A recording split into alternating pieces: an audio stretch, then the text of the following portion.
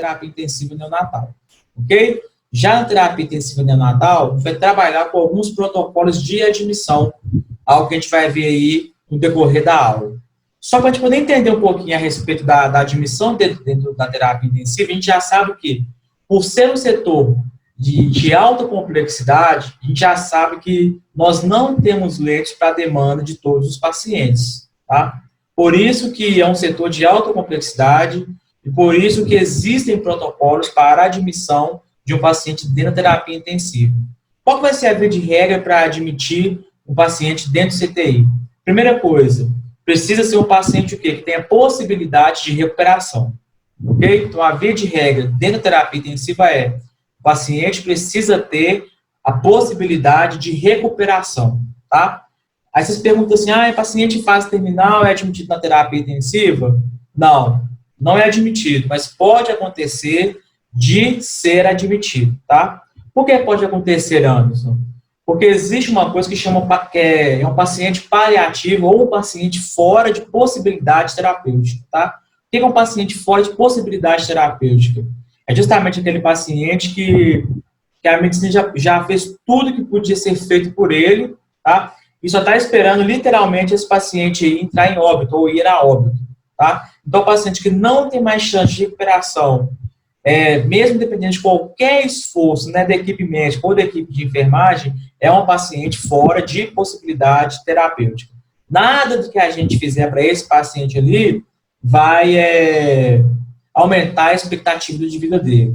Então, a gente fornece o quê? Um tratamento paliativo. O que vai ser um tratamento paliativo? Vai fornecer, né, suporte de oxigênio, suporte O2, analgesia, tá?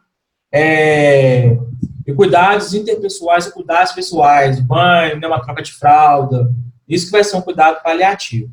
Beleza? Olha só, para a gente poder chegar, então, nessa demanda, né, nesses protocolos, como que funciona, né, literalmente, a parte da admissão dentro da terapia intensiva, o que é importante a gente poder pensar também?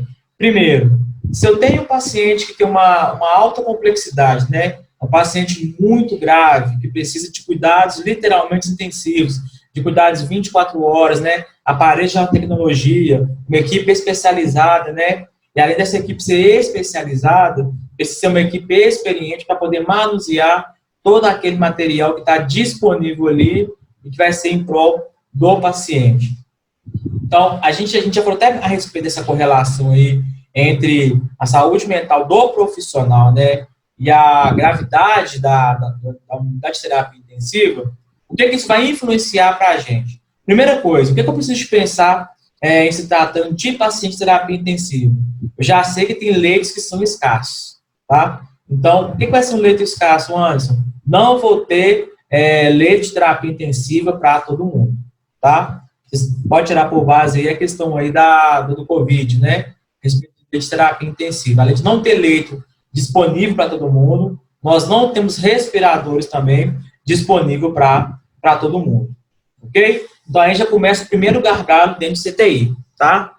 Não ter leito disponível para todo mundo, por quê? Porque a demanda da população ela é maior do que a mão de obra que eu tenho, ok? Isso aí é questão mundial, não é só questão de BH ou de Brasil, não. Isso aí é a nível mundial, tá? Além dessa questão, dessa escassez de leito, né, nós vamos chamar literalmente de leito especializado, uma outra coisa também que vai demandar muito, né, que vai ser uma via de regra, né, para uma admissão dentro da terapia intensiva, é justamente o que? Nós mexemos, trabalhamos com equipamentos de alto custo, né, ou de um custo elevado. Então, para mim poder admitir um paciente, né, que vai ter esse gasto para o hospital, né, eu preciso traçar protocolos para serem seguidos, para eu realmente admitir aqueles pacientes que são necessidade de uma terapia intensiva, tá? Então, para a gente poder começar a entender como que é uma admissão de um paciente dentro do CTI, eu preciso pensar em valores, tá? Eu falo valores mesmo de uma diária de terapia intensiva. Vamos chutar por alto aí, por exemplo, quanto vocês acham que é uma diária de CTI hoje, né? Seja um hospital público ou seja um hospital privado? 12 mil. 12 mil. Podemos pensar mais ou menos isso aí, mas é mais. Nem do cara lá do Spartacus lá, né? Um pouquinho mais. Pode chegar aí até 25 mil. Show de bola. Assim não tá discriminado aí, né? Isso aí. Ela pode chegar até o quê? Até 25 mil, tá? Só que aí, para a gente poder chegar nesse valor, existem alguns convênios, né? Vamos puxar aqui para o hospital privado. Existem alguns convênios que trabalham com gabaritos, né? O que vai ser um gabarito? É como se fosse uma internação fechada, tá? E dentro dessa internação fechada, vamos supor que ele paga uma diária para o hospital de 20 mil reais, tá? Não importa as medicações que esse paciente vai gastar, tá? Vai pagar sempre 25 mil reais na diária, ok? Isso é um gabarito, é uma diária fechada. Então, independente das medicações que esse paciente usar ou não, o convênio vai pagar 25 mil reais uma diária ou 20 mil reais uma diária de terapia intensiva. Ok? O que essa diária vai englobar? Vai englobar qualquer tipo de medicação, vai englobar antibiótico, vai englobar ventilação mecânica, tá? E todo o suporte que é necessário para reverter o quadro desse paciente que foi admitido ali, tá? Então, por isso que os critérios hoje, né, de admissão dentro da terapia intensiva, eles vão se fundamentar naquilo que a gente chama de tripé do cuidado intensivo, tá? E o que vai ser esse tripé do cuidado intensivo? Antes de a gente chegar nesse tripé do cuidado intensivo, a gente precisa fazer duas perguntas, né, para poder chegar aí numa admissão de um paciente na UTI. Primeira coisa, quem admitir na UTI, né? E a segunda pergunta é quando admitir esse paciente na UTI. Então, são duas perguntas diferentes, né? Quem admitir na UTI e quando admitir na UTI.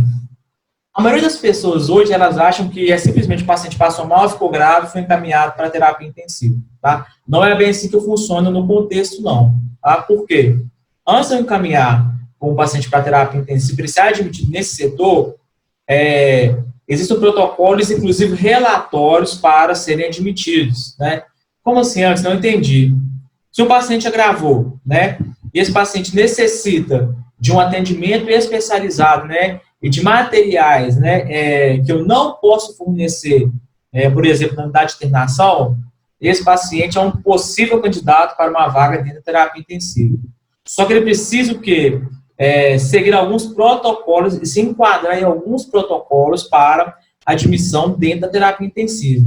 Vocês vão ver que a gente vai ter 3 tipos de protocolos diferentes, tá? Eu vou ter um protocolo para paciente neonatal, vou ter um protocolo para paciente pediátrico e vou ter um protocolo para paciente adulto, tá?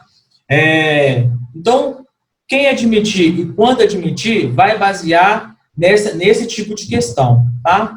Uma outra coisa também que a gente já ia começar a falar é a respeito do cuidado intensivo como tripé, né? A gente vai se fundamentar no tripé, né? Como no Brasil a gente copia algumas coisas que são boas lá fora, todo cuidado dentro da terapia intensiva, ele vai se basear o quê? Na Sociedade Americana de Terapia Intensiva, tá? Então, tudo que é protocolo que foi adquirido aqui no Brasil, está em utilização aqui no Brasil, ele foi baseado na Sociedade Americana de Terapia Intensiva, tá? E esse cuidado intensivo como tripé também veio de lá, né? E o que é que fala esse cuidado intensivo? Se eu falo que é um tripé, então ele tem o quê? 3 vertentes, tá? Qual vai ser a primeira vertente, então, desse tripé? Eu preciso de um paciente grave, tá? Para me admitir um paciente na terapia intensiva, eu preciso de um paciente grave. Se eu preciso de um paciente grave, para mim poder tratar e traçar uma propedêutica que seja benéfica para esse paciente, eu vou precisar de equipamento de quê? De alta tecnologia, né? Então, a engrenagem começou a funcionar.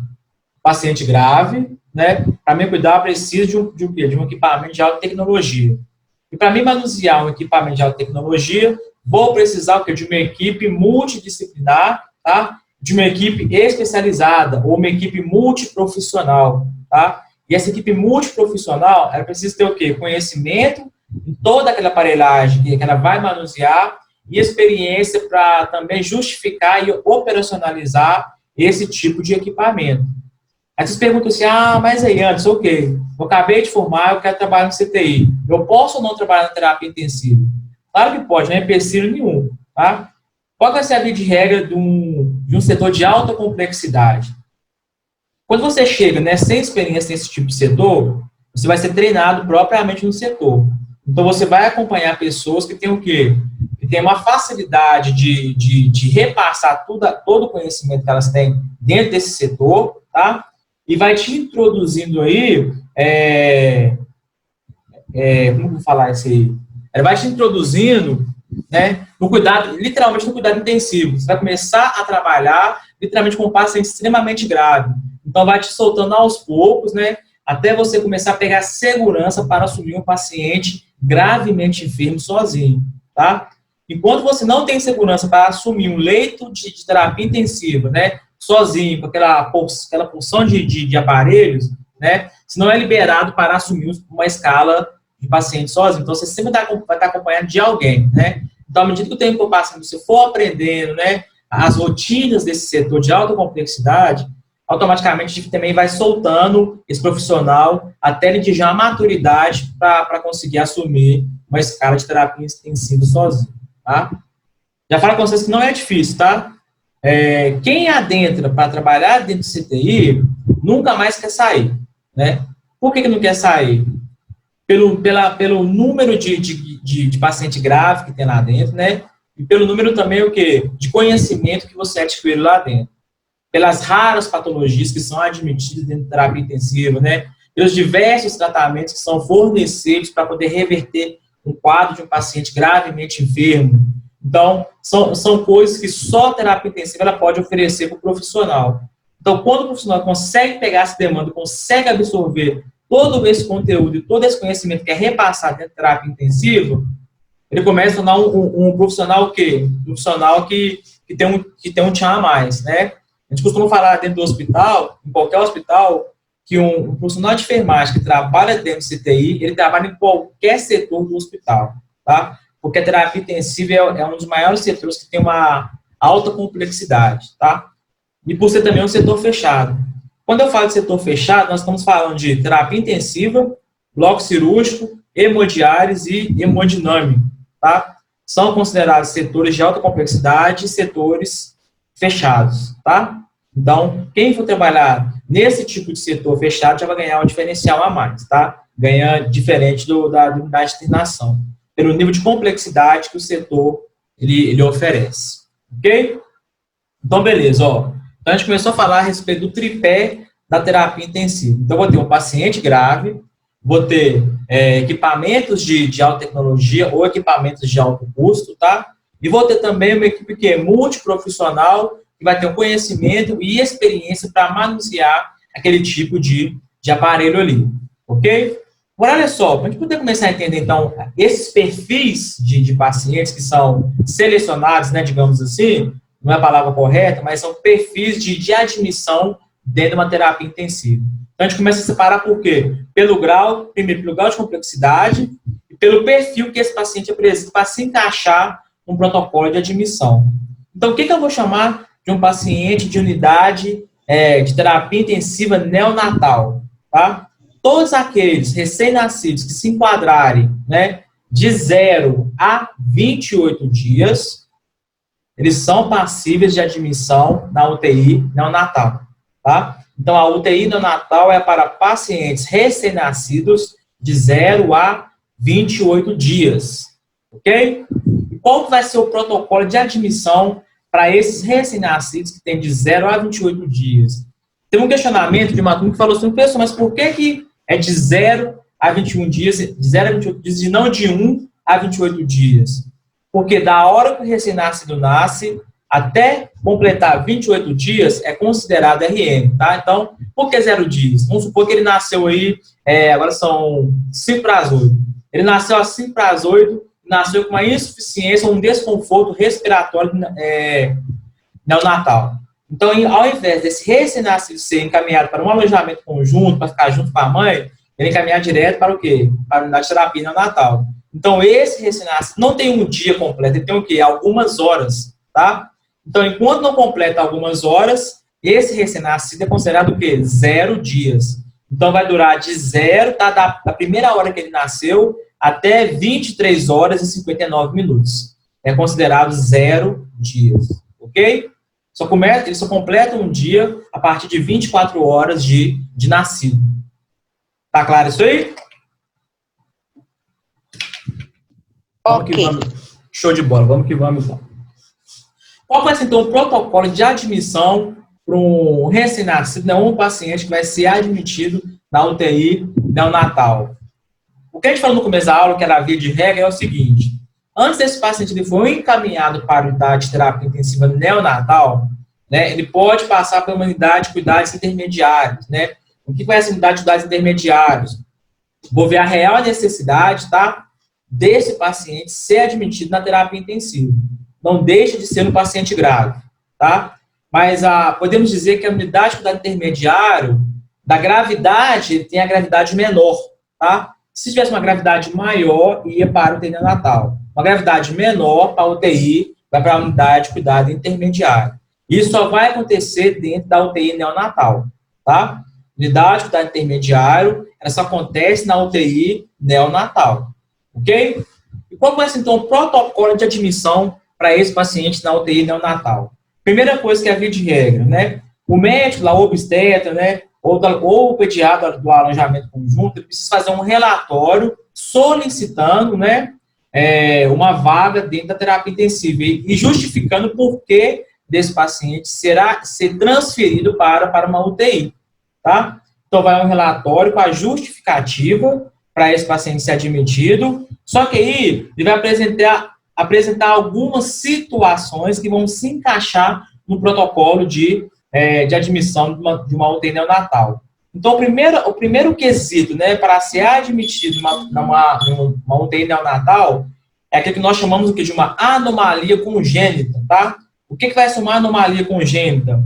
Ele pode nascer com 6 dedos, 7 dedos, né? Pode nascer com uma falha no coração, pode nascer com o coração aberto, pode nascer com uma falha no pulmão, tá? Só que aí que vem a via de regra. Esse paciente, nesse recém-nascido, né, para ser admitido, ele precisa apresentar uma anomalia congênita, desde que esse tipo de anomalia, ele ameace funções vitais, tá? Como assim? Eu não entendi. Por exemplo, ó, quais são os nossos órgãos vitais? Coração, pulmão e cérebro. Então, se tiver uma anomalia que vai ameaçar o sistema respiratório, que vai ameaçar o sistema neurológico, que vai ameaçar o sistema cardiovascular, esse recém-nascido ele é passível de admissão na terapia intensiva, tá? Então, o primeiro protocolo é esse paciente recém-nascido, se ele apresentar uma anomalia congênita que ameaça as funções vitais. Ok, apresentou isso aí, então é passível de admissão dentro da terapia intensiva. Vai ser admitido dentro do CTI, ok? O segundo protocolo de admissão vai ser o quê? Vai ser aquilo que nós chamamos de uma anóxia grave. O que vai ser uma anóxia grave? A anóxia grave, ela vai ser uma complicação da hipóxia. Só lembrando o quê? Que a hipóxia é a falta de oxigenação no cérebro, né? A anóxia vai ser o quê? A falta de oxigenação ou a baixa oxigenação no sangue, ok? Então, a anóxia, ela é uma complicação da hipóxia.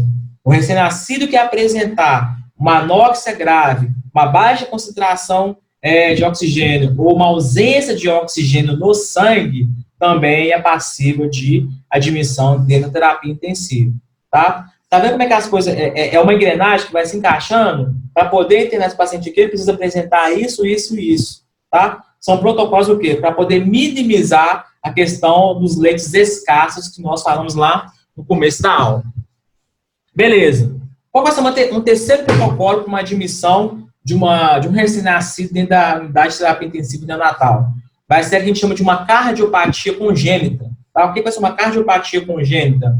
Já vai nascer com um problema de coração, seja de qualquer válvula, tá? Ou de qualquer artéria, que seja descompensado, que está descompensando ali o fluxo sanguíneo desse recém-nascido. Então, essa cardiopatia que está ocasionando uma alteração no fluxo sanguíneo do coração, de modo que descompense, né, hemodinamicamente esse recém-nascido, também é passível aí de uma admissão na terapia intensiva neonatal, tá? Então, relembrando, unidade de terapia intensiva neonatal, tá? Qual vai ser o perfil desse paciente que vai ser internado?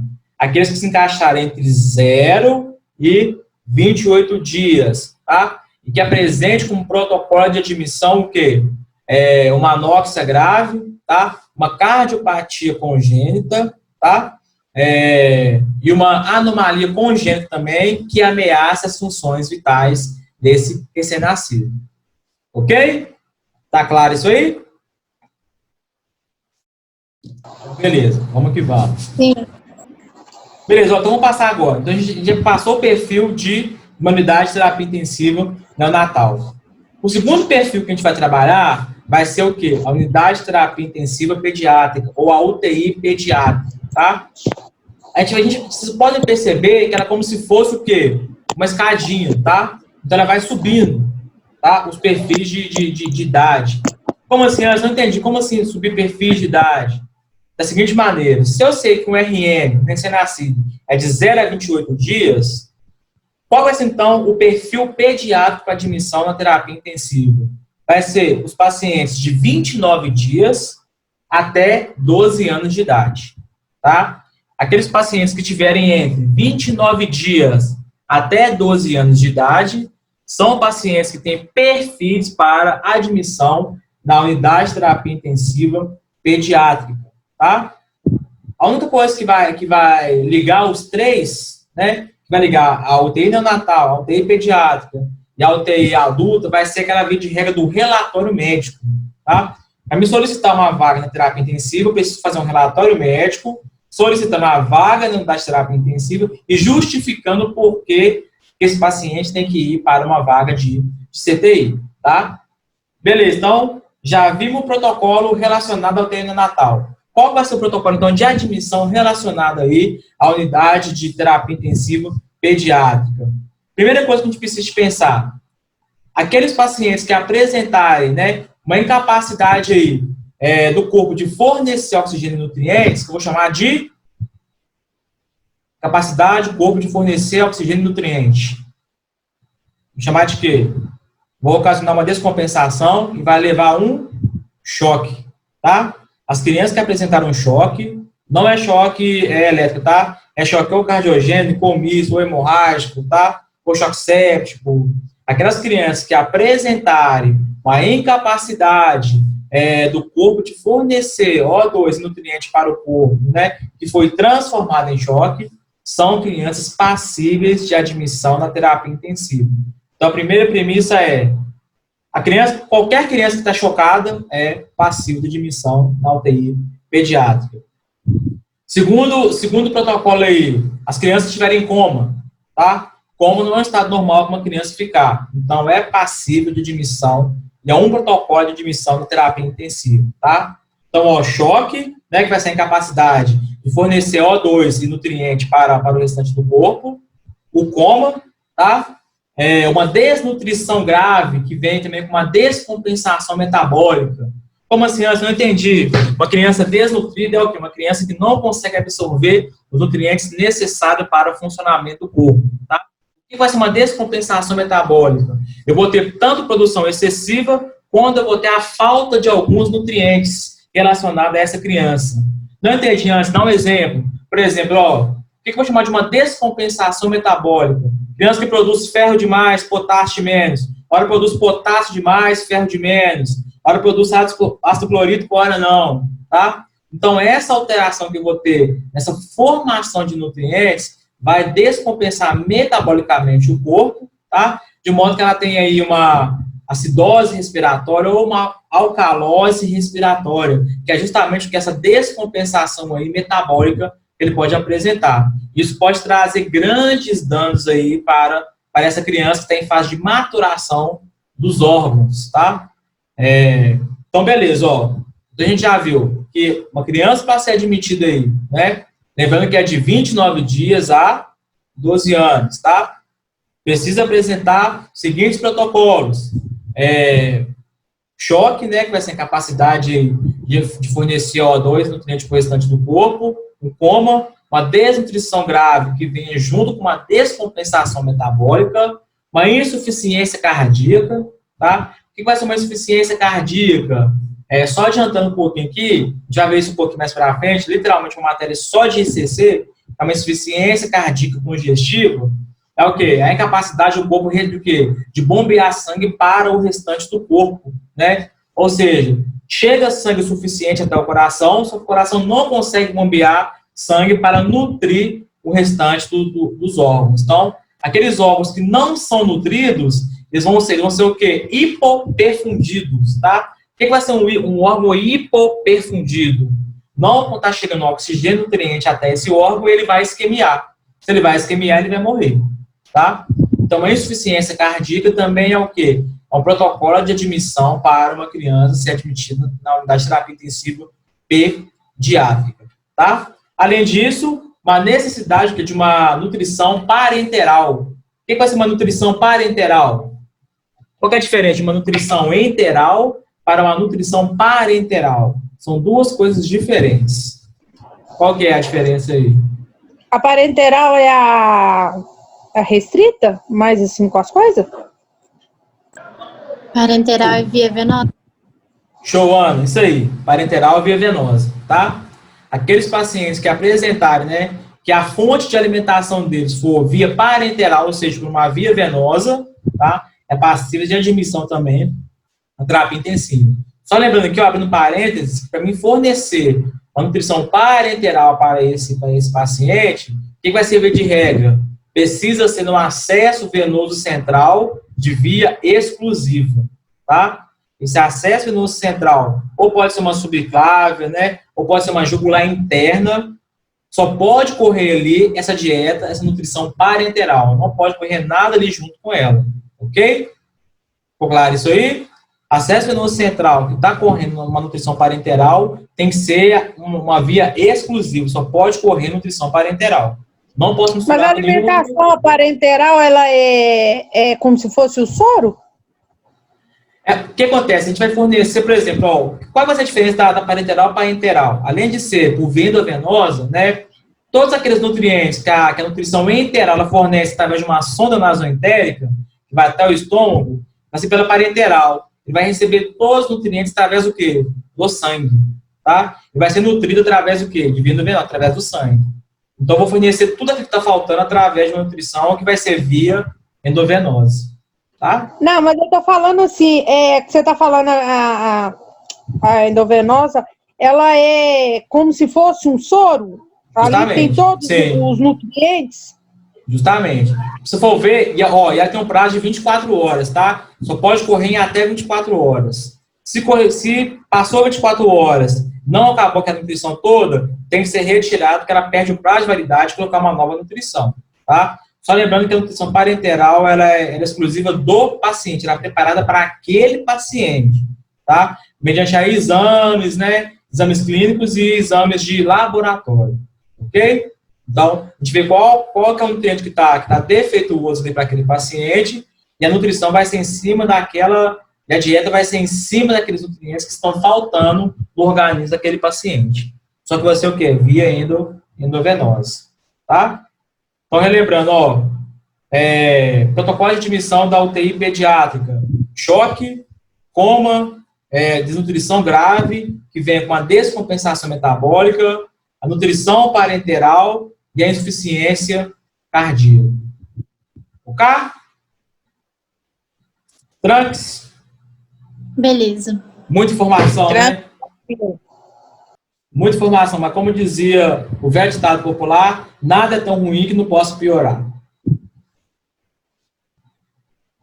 Concordo com você, prof. Muito obrigada. É desse jeito. Aí você chega no final da aula, você pergunta tudo que o senhor falou para ver se a gente vai saber alguma coisa. De boaça. Vai saber nada. Eu sei que eu tô anotando tudo, eu sei. Sabe qual que é a desculpa que eu uso pro meu cérebro? Desculpa não. A ativação que eu uso pro meu cérebro para lembrar das coisas. Por exemplo, ninguém aqui, eu faço 100% de certeza, ninguém aqui lembra de quando aprendeu a andar. Você lembra quando você aprendeu a andar? Não lembro. Não. Isso é inconsciente. Né? A Vivinha lembra de quando ela começou a falar, viu, prof? Porque isso fala, cara, beleza. É aquele negócio, que eu sempre falo, eu sempre utilizo essa frase. Quem aprende não depende. Depende mesmo, não. Quem aprende não depende. Vamos lá, então, ó. Beleza. Continuando subindo a escadinha aí. UTI neonatal, de 0 a 28 dias. Lembrando que da UTI neonatal eu vou ter a unidade de cuidados intermediários para saber se realmente aquele recém-nascido precisa ser admitido dentro da terapia intensiva, tá?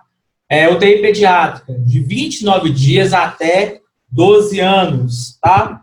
E a UTI adulta, qual vai ser o perfil dele?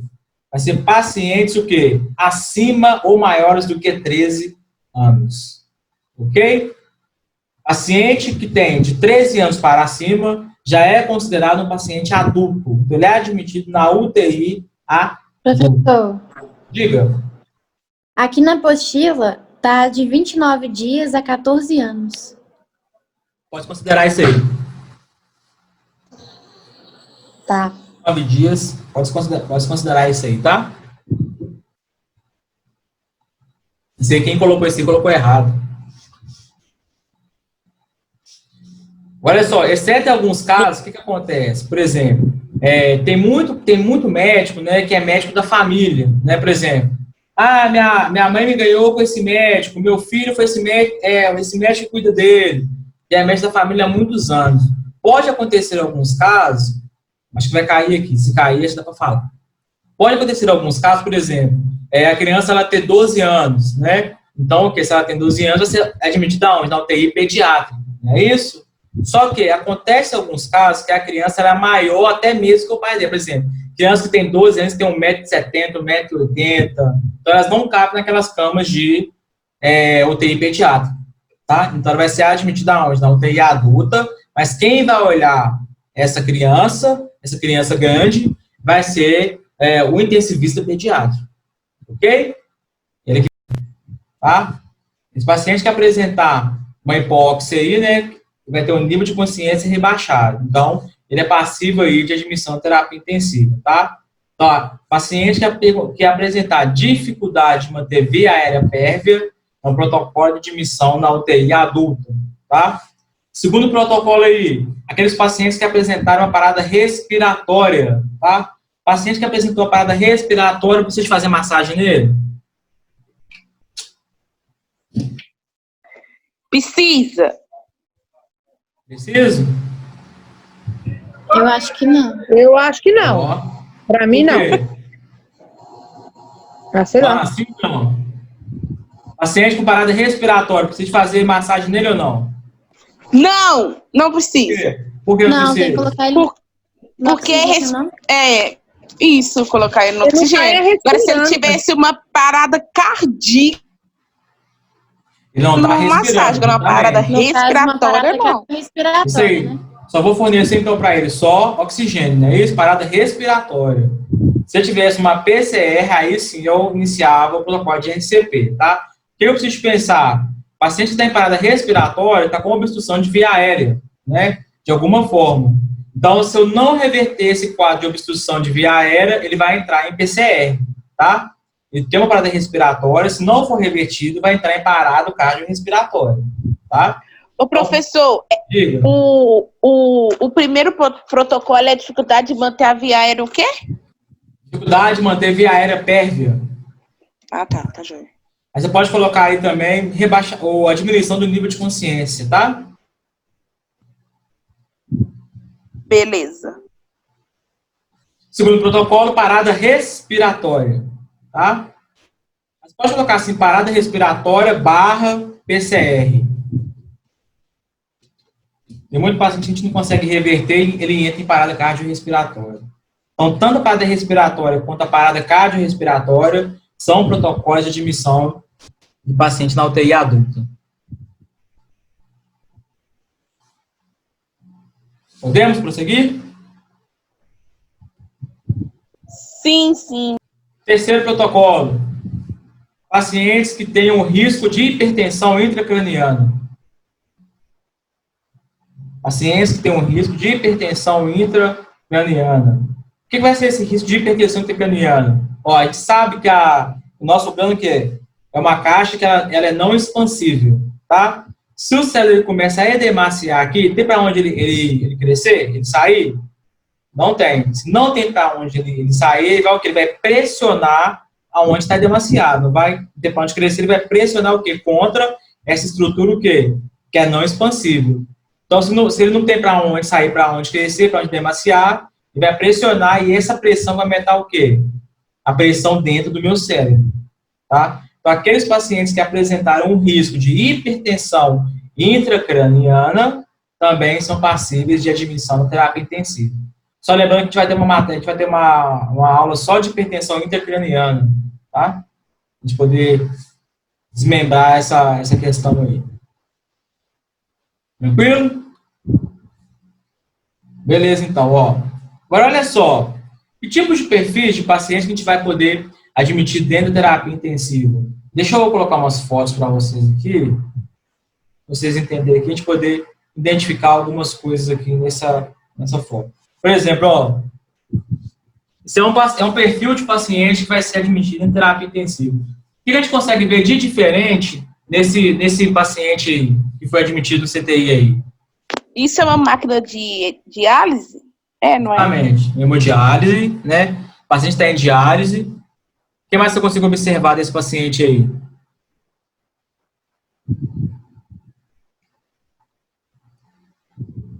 O paciente está entubado? Entubado, justamente. Está entubado.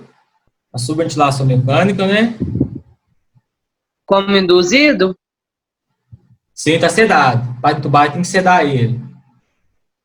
Pode ser ou pode ser por indução, literalmente, ou pode ser por algo patológico, tá?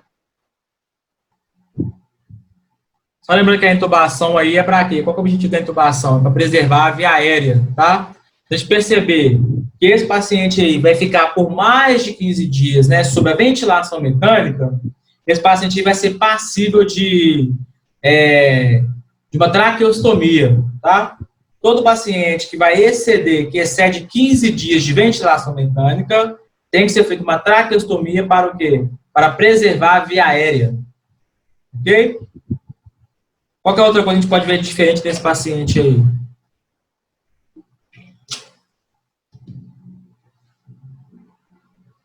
O que a gente consegue identificar aí?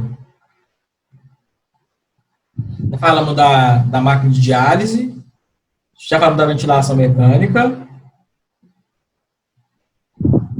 já falamos que ele está com, ele também está com um monitor multiparâmetros, né? Esse monitor multiparâmetros está lá no fundo da tela lá, ó. Esse aqui, ó. Esse aqui é um monitor multiparâmetros, tá? Isso aqui são bombas de fusão. Bomba de fusão contínua.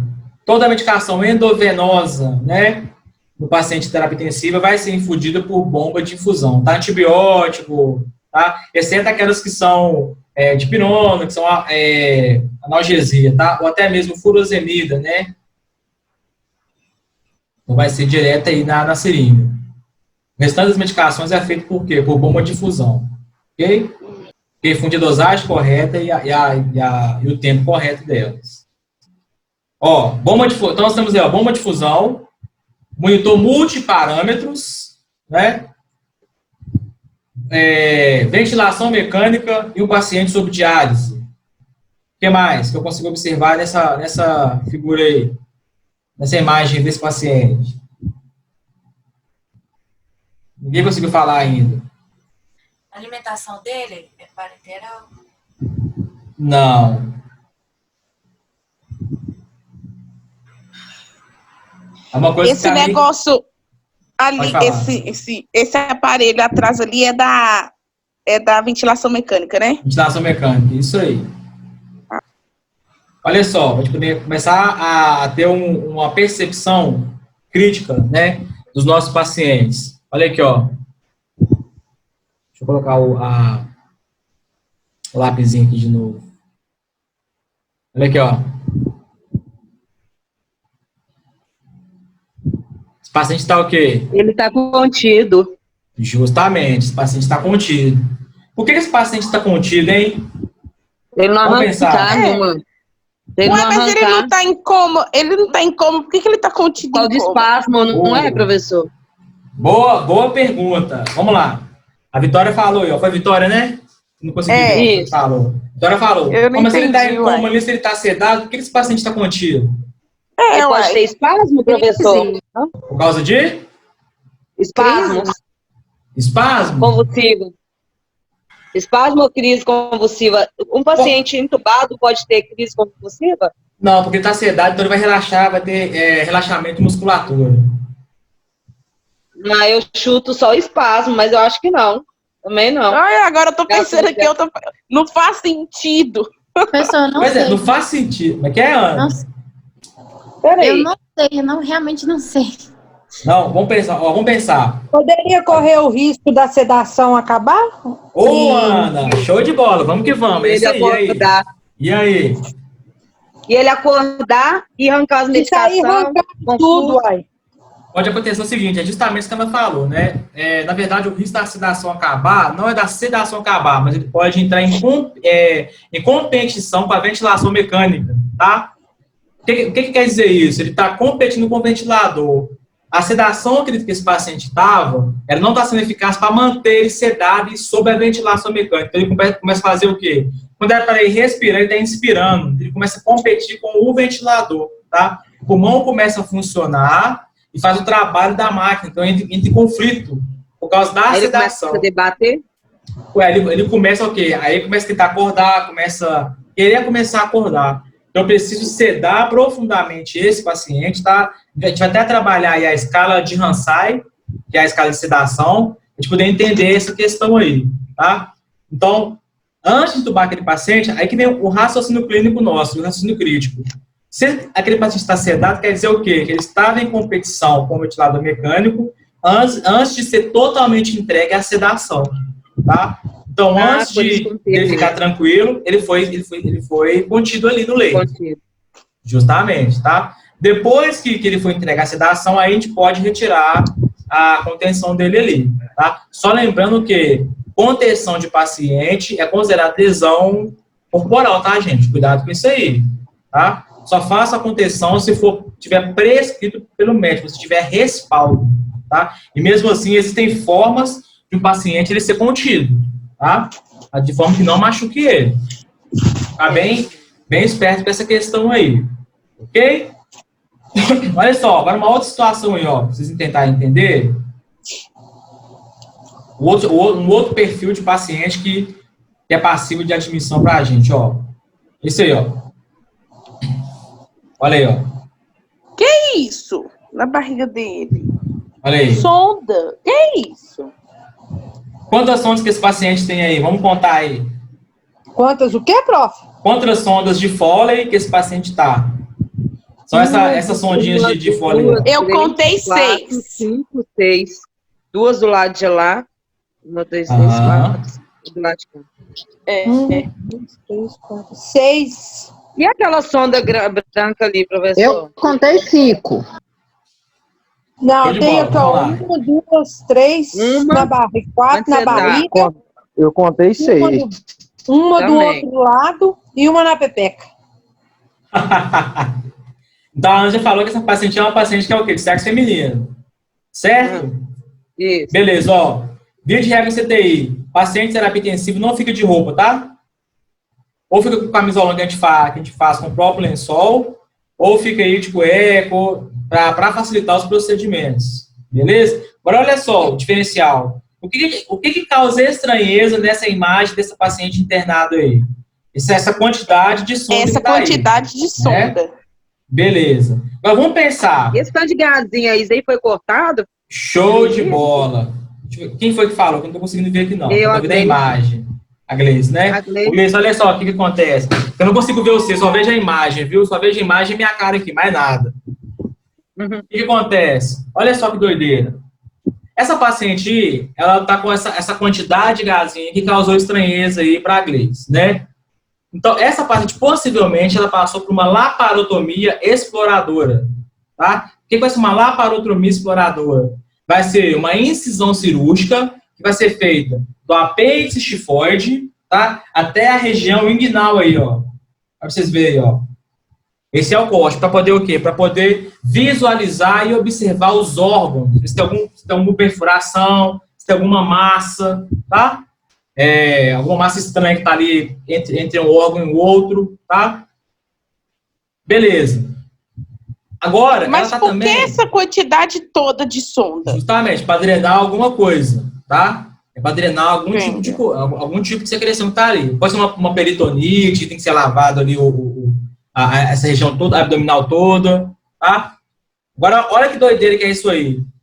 Beleza, a gente falou que ela tá com uma sonda vesical de demora. Não é isso? Por que essa paciente tá com uma sonda vesical de demora? Do lado direito. Isso, ela tá com uma sonda, tá? Por que essa paciente está com uma sonda vesical de demora? Sei, pegou, viu, Por professor? quê? Qual que é o objetivo dessa sonda aí? Sonda vesical de demora, porque ela É pra demora. ter alívio na bexiga, né? Show, alívio na bexiga, show de bola, né? Urinar?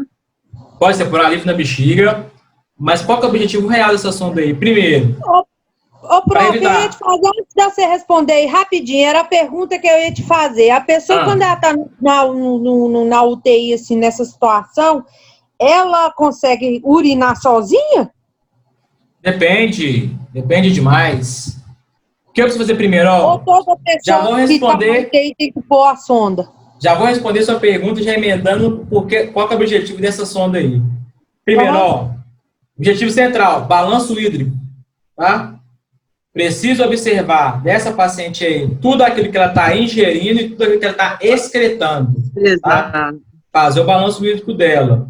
Outra coisa, porque a gente já passa logo uma sonda na paciente que é admitida à terapia intensiva nessa gravidade aí. Primeiro, além de mensurar o balanço hídrico, se tiver algum tipo de edema na região aí vaginal, vai impossibilitar de passar a sonda, não vai? Não vou conseguir passar a sonda. Então, já passo a sonda agora, porque se tiver algum tipo de edema igual ela tem, essa paciente praticamente está nasarcada. O que vai ser uma nasarca? Vai ser o quê? Como se fosse um edema generalizado, tá? Só lembrando que, quando a gente fala de edema, tá? Deixa eu tirar aqui, peraí. Quando a gente fala de edema é localizado, tá? Por exemplo, tá com edema no membro inferior direito, tá com edema no membro inferior esquerdo, tá com edema na barriga. Quando eu falo anasar, quer dizer o quê? Ele está o quê? Todo edemaciado. Ok? Agora, olha só. Faço o balanço hídrico, preciso saber o quê? O que esse paciente está ingerindo e o que esse paciente está eliminando, tá? Para poder traçar a propedêutica dele. Outra coisa ali, para causar estranheza, olha aqui, ó. Vocês já identificaram a sonda, esse monte de sonda, identificaram esse monte de gazinho, né? Por causa da incisão cirúrgica. O que mais você consegue ver de diferente nessa paciente aí? Que pode me causar estranheza? Uma seringa grudada no braço esquerdo, lá em cima. Isso, essa seringuinha para mensurar, essa seringuinha para mensurar o que? A P e A, tá? Ah, tá. Professor, e essa parece que é gás, não sei o que na testa? Show de bola. Quem foi que falou isso aí? Gleice. Gleice, show de bola. Se merece um chocolate quando a gente voltar. Olha só. O que acontece? Ó, você já percebeu? O paciente que ele está sedado, ela tá entubada, vocês viram o tubo na boca dela, né? Lá no cantinho ali, ó, perto ali tem um tubo passando ali, ó, do lado direito de vocês aí, ó. Tem um tubo passando na boca dela ali, ó. Aqui, ó. É ele aqui, ó. Isso aqui, ó. Tem um tubo aqui, tá entubado. O que acontece? Essa gazinha tá aí, para que vai servir, né? Essa, na verdade, é uma compressa que está sob os olhos dessa paciente. Vamos parar para pensar. O paciente, quando ele está sedado, né? Geralmente, alguns pacientes eles não conseguem fechar os olhos completamente, né? Tem uma pessoa que está dormindo, mas tá com o olho só? Mas tá dormindo? Aí isso é para evitar o ressecamento dos cornos. A esclera. Boa, Vitória. Boa, 06. É isso aí. Então, aquela compressa ali que está umidificada é justamente para o quê? Para evitar o ressecamento o quê? Da esclera desse paciente, tá? Para não causar um estresse na esclera, ressecar e romper vasos oculares ali, tá? Se fosse um paciente que tivesse acordado, né? Estivesse olhando para aquela luz na cara dela ali, ela ia ter o quê? Uma cefaleia por estresse, tá? Uma dor de cabeça por causa da luz que tá forte no rosto dela. Ok? Então, aquela compressa sobre os olhos é justamente o quê? para evitar o ressecamento da esclera dessa paciente aí. Vocês estão show de bola hoje, gostando de vocês hoje. Vocês estão da hora. Professor, A aula tá boa. qual que você acha que é o diagnóstico dessa paciente aí, o motivo pelo qual ela foi internada? Só de curiosidade. Essa paciente ela entrou com uma massa, né, que não foi identificada na região abdominal. Tá? Aí, pelo ultrassom, pela ressonância magnética, não conseguiu identificar, mas viram que era uma massa grande. Tá? Um tumor, né? Na verdade, foi um tumor gástrico, na verdade, com metástase, tá? Aí tem metástase intestinal, tal. Um tumor que estava no intestino dela, se não me engano, acho que era 4,5 kg. O tumor que estava no intestino dela. Entendi. É tenso. A gente recebe umas fotos que eu vou falar com você, viu? Que é sinistro. Ô, prof, Diga. Teve nos últimos dias que meu tio estava internado lá, falando negócio de sonda de demora aí, a enfermeira chegou lá, falou que ia colocar. E eu perguntei por quê, porque ele estava urinando bem. Ela falou, não, porque o médico quer fazer o balanceamento, igual o senhor falou. Ou eu fiquei boba, foi com a esperteza da mulher para colocar a sonda. Veio uma, custou colocar. E eu de olho, bisoiando, para ver o que as mulheres iam fazer com meu tio. Aí veio uma, pelejou, pediu sonda de 20, de 16, 20 não, 16, 12, eu acho que 14, não é isso? Tem uns tamanhos pra... E não conseguia colocar, não conseguia. Aí a outra virou e falou, peraí que eu vou chamar fulano. A outra velha não demorou 2 segundos para pôr a sonda. Ela segurou de um jeito. Igual eu falei com vocês, né? Questão que dá. Igual eu falei com você, a questão da expertise, né? De você fazer um procedimento e saber o que você está fazendo, né? Mas você tem conhecimento e experiência, é rapidinho. Tá? Por causa justamente do conhecimento e da experiência. A gente consegue fazer de forma mais rápida isso aí. Ficou um tempão tentando e não conseguiu. Ela, assim, rapidinho, segurou, pegou a sonda 12, encaixou rapidinho. Eu falei, nossa senhora. É de boa demais. Agora eu quero ver essa aqui, ó. Professor, Diga. deixa eu te fazer a pergunta. Dói para colocar sonda? Ou a pessoa nem... tipo assim, porque quando eu trabalhei no posto, tinha um paciente que ele usava aquela bolsinha, sabe? De xixi lá. Colostomia? Não, a de urina. A de urina. Sonda vesical de demora. Uhum. Isso, só que aí ele ia lá no posto trocar de um certo tempo. Aí, como eu trabalhava na recepção, eu era muito amiga da enfermeira. Depende, pode durar até 30 dias, né? Se tiver, por exemplo, interiorizado, se tiver suja, se tiver corroída, tem que trocar. Mas é porque ele era morador de rua, então a dele era bem frequente mesmo. Sim, isso. Aí eu sempre dava pra ouvir, ele ficava bem resmungando assim, porque elas colocavam lá no posto. Dói, né? Agora, vamos pensar aqui, Vitória. Vamos pensar, ó. Você está com muita vontade de fazer xixi, só que você não consegue urinar. Então, você tem uma incontinência urinária aí, né? Algo está obstruindo a urina de descer para a bexiga. Agora, imagina passando na sua uretra uma sonda de látex. Ai. Até chegar na bexiga. Não quero imaginar, não. Pela uretra, até chegar na bexiga. Quero imaginar, não. O que acontece? Isso, passa no seu canal da urina. A urina não tá passando. Exatamente. Então, passa o quê? Passa xilocaína, tá? Na ponta da sonda, passa xilocaína para anestesiar a entrada da sonda. Tá? Então, ela anestesia o paciente com xilocaína. Aí sai rasgando tudo, até chegar lá. Diga. Professor, deixa eu perguntar. Então ele passa a xilocaína na ponta, igual quando passa a sonda para passar carvão, em auto-extermínio? Justamente, isso aí. Eu já vi no UPA, quando eu trabalhava no UPA, eu vi eles passavam xilocaína, né? Pra passar nessas novinhas que enchiam o rabo na cachaça, né, Vitória? O que foi? Cuidado, essa indireta aí eu peguei pra mim em inglês. É tipo isso. Aí chegava e eu via passando. Eles enchiam bastante, literalmente mas isso, Gleice. Passa pelo canal do nariz assim, né? Isso, tá? Olha só, a questão da sonda uretral, né? A gente passa xilocaína justamente por causa disso, tá? Pra saber a dor que é.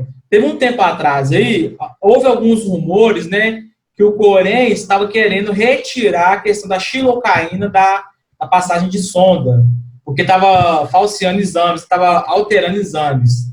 Mas você imagina você passar, né, só umidificação com soro fisiológico e passa na uretra. Só com É a mesma coisa que você arrancar um dente sem anestesia. Ô, professor, deve ser osso, viu? Justamente, meu filho. Agora eu quero ver essa aqui, ó. Olha essa figura aqui, olha se vocês conseguem identificar. Se põe no lugar desse cara aí. Ai, pai, para. Queimadura. Ai. Isso é queimadura. Grande queimado. Não é? Nossa.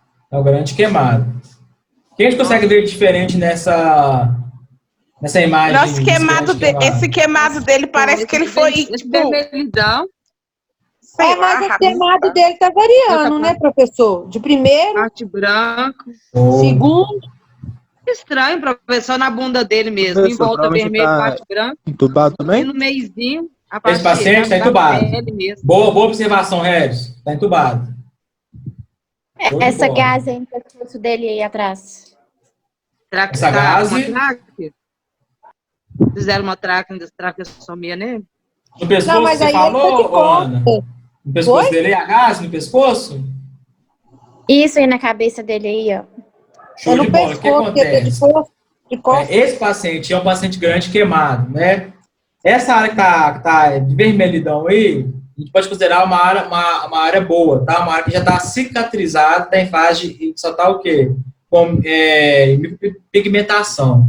O que acontece nessa área aí? Essa área que tá toda vermelha aí, já é a área que tá quase em fase final de cicatrização, tá? Só que existem algumas áreas que precisam ser desbridadas, né? Precisa tirar a pele, essas áreas que estão de preto aí, ó. Principalmente para cima do pescoço, tá mais preto, olha pra vocês verem, ó. Tá com umas lesãozinhas, tá? Só elas precisam ser tratadas, tá? Então, o paciente tem um grande queimado, o que acontece? Como esse paciente aí, a gente pode ver que teve mais ou menos aí uns de 80% a 90% do corpo queimado, né? Então, queimou a estrutura muscular. Então, a anestesia nesse paciente não vai pegar, tá? Não vai pegar, por causa da queimadura de estrutura muscular. Então, ele pede que a sensibilidade da anestesia, tá? A anestesia não pega, então a gente intuba esse paciente, ok? Intubou esse paciente. Professor, Diga. me tira uma dúvida, você falou que a anestesia nele não pega, devido à quantidade de parte do corpo dele, né? Mais de 80% queimado. É uma dúvida que eu tenho. Eles falam que dependendo de um acidente, independente de qual seja, se a dor for muito forte, é como se o corpo anestesiasse e ele não sentisse? Show. Acontece também. Tá? Só que a gente tem um grande problema. Quando a dor é muito forte, esse paciente ou desmaia, ou entra em choque, tá? Isso, por causa da dor. Tá? Acontece isso mesmo. Agora, para pensar. Se esse paciente não tivesse entubado, né? Não sei se alguém já teve a oportunidade de acompanhar um banho de um grande queimado, ou já teve a oportunidade no setor de queimadura do João 23. O paciente que tem queimaduras extensas, né, do nível desse paciente aí, mas que não está sob sedação, só sob efeito de analgésico, e analgésico potente, no caso da morfina, né, que utiliza para esse tipo de paciente, um banho demora de 1 hora a 1h30, tá? Por quê? Porque o tecido que está morto tem que ser o quê? Tem que ser desbridado, tem que ser retirado, tá? Ai. E esse paciente ele sente muita dor. Tá? No caso, igual essa foto que você mostrou aí, as costas dele, ele tá, por exemplo, a pessoa tá toda queimada, igual no caso dele.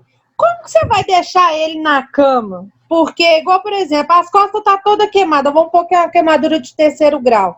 Se você pôr no lençol, o lençol vai grudar. Sim, a gente diz o quê? De aliviar proeminências ósseas, né? O que vai se aliviar? Então, esse paciente tem que ser mudado de decúbito, né? Vai ser colocado ali alguns compressas para umidificar ali, até propriamente a queimadura, tá? Você concorda comigo? Se o paciente ele é um grande queimado, então a temperatura dele tá o quê? Elevada. Tá lá no alto, né? Tá lá no alto. A gente precisa baixar a temperatura corporal desse paciente aí, tá? Além da temperatura corporal, é um paciente que sente muita dor, tá? Dependendo da algia que esse paciente sente, ele toma morfina de 4 em 4 horas, tá? E mesmo assim intercalado, tá? Morfina, dipirona, tá? Até mesmo para não viciar esse paciente nas medicações, tá? É complicadaço o grande queimado. Vocês não têm noção como que esses camaradas aí, eles... É doido. Imagina você tá na aula de queimada, aquele povo gritando de dor, e você, por mais que você dá meditação e começa a gritar, você fica doido também, mas se não tiver uma estrutura emocional... Justamente, ó, agora para pensar, pra você ver, ó, nessas 3 figuras aí, tá? Essas 3 figuras aí, esse perfil aí de paciente, né, vai ser algo que nós vamos discutir na atividade, tá? Que nós vamos discutir na atividade, ok? Agora, para fazer uma breve associação aí com esse perfil de paciente que é admitido à terapia intensiva, tá? E qual vai ser a conduta, né, de um profissional de enfermagem relacionado a isso aí? Porque isso aí causa, além de causar estranheza, tem muito paciente que não tem uma saúde mental suficiente para poder cuidar de um paciente desse.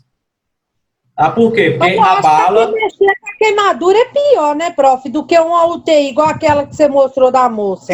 Sim, porque a bala, psicologicamente. Você não tá vendo que ela tá sentindo dor, que ela tá reclamando, nem nada. Eu acho que do psicológico, do emocional, do queimado, eu acho que é pior. Sim. Se você não tiver um emocional muito forte de aguentar ver os outros gritar, você sai correndo. Justamente. Olha só para a gente fechar essa parte aqui, não precisa fazer a atividade, que é essa primeira parte da admissão, para a gente poder entender. Então, a gente sabe que trabalha com prioridades para admissão dentro do CTI, ok? Para admissão na terapia intensiva, a gente vai trabalhar com 3 tipos de prioridade. Prioridade 1, prioridade 2 e prioridade 3, tá? O que vai falar cada prioridade? Hoje, a gente só vai ver a prioridade 1, ok? Esquece a 2 e esquece a 3, tá? O que fala a prioridade 1? Dentro da prioridade 1, tá? Vocês podem até colocar assim, ó, os não precisam nem de copiar, que tem lista no slide lá, tá? Vou colocar assim, ó, prioridade 1. Dentro da prioridade 1, eu vou ter 3 ramificações, tá? O que vai se encaixar dentro da prioridade 1? Primeira coisa, paciente que está instável. Se é um paciente que está instável, então está alterando o quê? Sinais vitais. Ok? Um paciente instável está alterando sinais vitais. Então, a primeira regra aí da prioridade 1. Um paciente que esteja instável, tá? Se ele está instável, ele vai precisar de uma monitorização hemodinâmica. Vou precisar saber frequência cardíaca, frequência respiratória, temperatura, saturação, pela instabilidade hemodinâmica que esse paciente apresenta.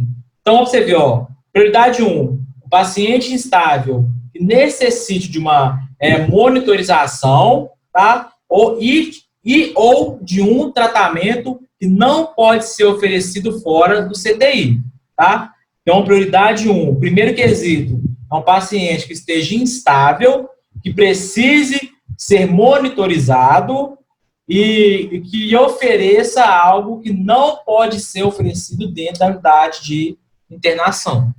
Tá? Então, essa é a prioridade 1. O paciente é o top para ser admitido na terapia intensiva. Tá? Esse é o primeiro quesito, tá? Da prioridade 1. Segundo quesito da prioridade 1, o paciente que vai precisar de ventilação mecânica de algum tipo de droga vasoativa. Tá? Se precisa de ventilação mecânica, vai precisar de ser sedado. Ok? Então, ó, paciente que precisar de ser entubado, precisar de ser sedado, também é prioridade 1 na terapia intensiva, tá? Então, relembrando, ó, dentro da prioridade 1, qual vai ser o primeiro quesito? Um paciente instável, que precisa ser monitorado, tá? Que precise de algum tratamento que não possa ser oferecido fora do CTI, tá? Esse é o primeiro quesito. Segundo quesito, um paciente que precisa de ventilação mecânica e de droga vasoativa. Esse é o segundo quesito, tá? E o terceiro quesito, paciente pós-operatório, paciente com diagnóstico de choque, tá? Ou um paciente que apresente uma insuficiência renal aguda, tá? Se apresenta uma insuficiência renal aguda e vai precisar de uma terapia renal de urgência. Vai precisar de fazer uma hemodiálise de urgência. Tá? Então, esses 3 quesitos fazem parte da primeira prioridade de admissão na terapia intensiva. Tá? Professor, diga. Professor, pode falar. Tem como repetir o segundo, não, fazendo favor? Repito. Você parou aonde? Eu pus Paciente que precisa de ventilação mecânica, só que é isso. Paciente que precisa de ventilação mecânica e de drogas vasoativas. Paciente que precisa de ventilação mecânica e drogas vasoativas, tá? Lembrando então, prioridade 1, primeiro quesito da prioridade 1, paciente que esteja instável e precisa ser monitorado e precisa também de algum tipo de tratamento ou procedimento que não pode ser feito na unidade de internação. Segundo quesito da prioridade 1, paciente que precisa de ventilação mecânica e de drogas vasoativas, tá? E o terceiro quesito da prioridade 1, paciente pós-operatório, paciente com diagnóstico de choque ou paciente também com insuficiência renal aguda, que vai precisar de uma terapia renal de emergência. Vai fazer uma hemodiálise de emergência, tá? Esses 3 quesitos fazem parte da primeira prioridade de admissão dentro da terapia intensiva. Ok? Então, é só a gente pensar assim, ó, peraí, esse paciente tem que ser entubado? Se tem que ser entubado, é emergente, tá? Se está sendo entubado, vai precisar de droga vasoativa, vai precisar de ser o quê? De ser sedado. Ok. Esse paciente está instável hemodinamicamente? Opa, se está instável, vai precisar de ser monitorado. Precisa acompanhar o quê? De perto essa instabilidade que ele está apresentando, tá? Então, paciente instável paciente instável vai precisar o quê? De monitorização. Se precisa de monitorização, provavelmente ele vai evoluir para algum tipo de procedimento ou tratamento que eu não consiga fornecer dentro da unidade de internação. Também é prioridade terapia intensiva. É só perguntar por quê, tá? Por que esse paciente está sendo entubado? Tá? Para responder uma pergunta, você faz uma outra pergunta. Ok? Que justifica por que está acontecendo aquilo ali, tá? Se você quer a prioridade 1, então o quê? São os primeiros que vão ser admitidos dentro do CTI. Ok? Dessa linha, esses três quesitos dentro dessa prioridade 1 são os primeiros a serem admitidos dentro da terapia intensiva, tá? O que a gente precisa de lembrar que vai ser via de regra para a gente aí. Só vou admitir na terapia intensiva aqueles pacientes que são passíveis de recuperação, tá? Paciente está em fase terminal, tá? Paciente que não tem chance nenhuma de propedêutica, de melhora de quadro, tá? Não vai ser admitido dentro do CTI. Exceto aqueles casos que a família não aceita que esse paciente vire um paciente paliativo, tá? E tem que ser feito qualquer tipo de medida heróica dentro do CTI. Só que para pensar comigo. Se você tem um paciente que está em piora, né? Está entrando para uma fase de óbito, né? Está morrendo. Vamos pensar o seguinte. Esse paciente que está quase morrendo, que a medicina não consegue fazer mais nada para poder aliviar, né? Para melhorar o quadro clínico desse paciente, se ele não é passivo de admissão, mas vai ser admitido porque a família não concordou esse paciente ser um paciente paliativo, vocês concordam comigo que qualquer tipo de procedimento que eu fizer com esse paciente aí, ao invés de eu prolongar a vida dele, eu vou diminuir a vida desse paciente? Ele não vai suportar nenhum tipo de procedimento invasivo. Não vai suportar ser entubado, tá? Não vai suportar fazer uma incisão cirúrgica nesse paciente, ok? Ou qualquer tipo de procedimento que seja invasivo nesse paciente. Ele pode não aguentar, tá? Em muitos casos, a família não pensa por esse lado, né? Eu entendo, porque ela pensa o quê? Em salvar aquele tipo de qualquer forma, tá? Qualquer tipo, até as últimas circunstâncias, tá? Até a última gota de esperança. Tá? É por isso que diga. Qual tipo de medicação que usa para sedação? Depende. Tem uma linha N grande. A gente já vê isso em farmacologia na UTI. Tá? Que é a próxima aula. A gente já vê isso na farmacologia. Eu achei que era só um tipo. Não, tem vários de sedação. Tem vários, tá? Pra gente poder analisar aí. Olha só, pessoal. A diferença é por causa de paciente? Do tipo do paciente? Diferente de paciente e diferença de dosagem, tá? E de grau de potencialidade da sedação. Tá? Tem paciente que seda mais rápido, tem uns que custa a sedar, então tem que usar um sedativo mais potente, tá? Antes de cair aqui, pessoal, ó, a atividade está lá na plataforma, tá? É só 2 perguntas, tá? Para fazer uma análise, tá? A respeito de perfis de pacientes admitidos na terapia intensiva, tá? Tá aberto lá até 11h30 da noite, tá? Mas eu queria que vocês não fazer isso aí rapidão. Falou? Ó, beijo pra vocês. Se divirtam na atividade. Bom descanso para todo mundo e boa atividade para vocês. Qualquer coisa, só acionar o David aí que ele me chama. Já é? Boa noite, pessoal. Obrigada. Tamo junto. Aqui, ó, eu vou subir o vídeo dessa aula lá pra plataforma, tá? Tá gravado, eu vou subir pra plataforma lá. Beleza? É até 11h30, né? Até 11h30. Tá lá aberto lá. Fechou. Falou, galera. Beijo pra você. Só esperar cair aqui pra poder salvar essa parte da aula aqui.